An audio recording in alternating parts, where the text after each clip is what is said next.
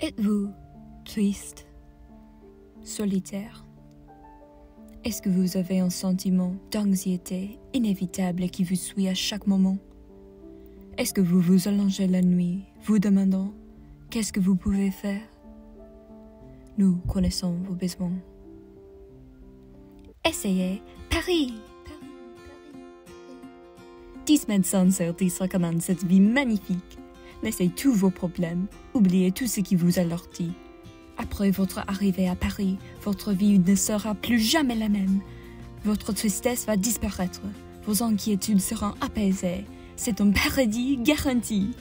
Bienvenue à Paris, la solution parfaite à...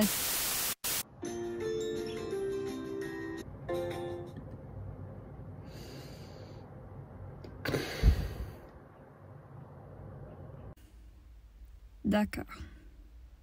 Peut-être c'était trop simple. Je vais recommencer. Je suis en France depuis 2 mois maintenant et ça semble incroyable parce que la semaine avant mon départ, j'avais prévu de quitter le programme. J'ai lutté avec ma santé mentale pour la plupart de ma vie. Après quelques années à souffrir de la dépression et de l'anxiété, je ne me sens pas encore totalement sereine. Malgré des tentatives différentes des médicaments et des thérapies, je ne trouvais pas la meilleure méthode pour me soulager. Les mois avant mon séjour en France, j'étais profondément mal. Chaque jour, j'étais de moins en moins sûre si c'était possible pour moi de voyager à Paris. C'était trop grand, trop rapide, trop difficile. J'avais peur, mais je ne voulais pas abandonner. Finalement, j'ai décidé d'essayer, mais avec la possibilité de retourner chez moi si nécessaire. Quand je suis arrivée à Paris, c'était bien, super. Cela semblait être une vraie pause de mes problèmes. Mais au début de mon stage à la Sorbonne, je me suis retrouvée en difficulté. Je ne me sentais pas préparée pour le monde français professionnel.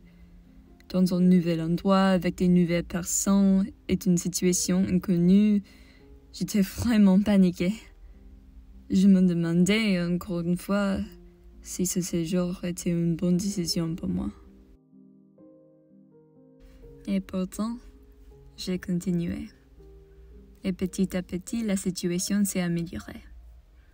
Avec des petites étapes, je suis devenue un peu moins anxieuse, un peu plus confiante au stage. Pour toutes mes inquiétudes et problèmes, ce voyage était gratifiant. J'ai visité des villes, des monuments, des musées et d'autres endroits que je ne pensais jamais voir. J'ai appris ce que c'est que vivre seul. J'ai osé essayer des choses par moi-même.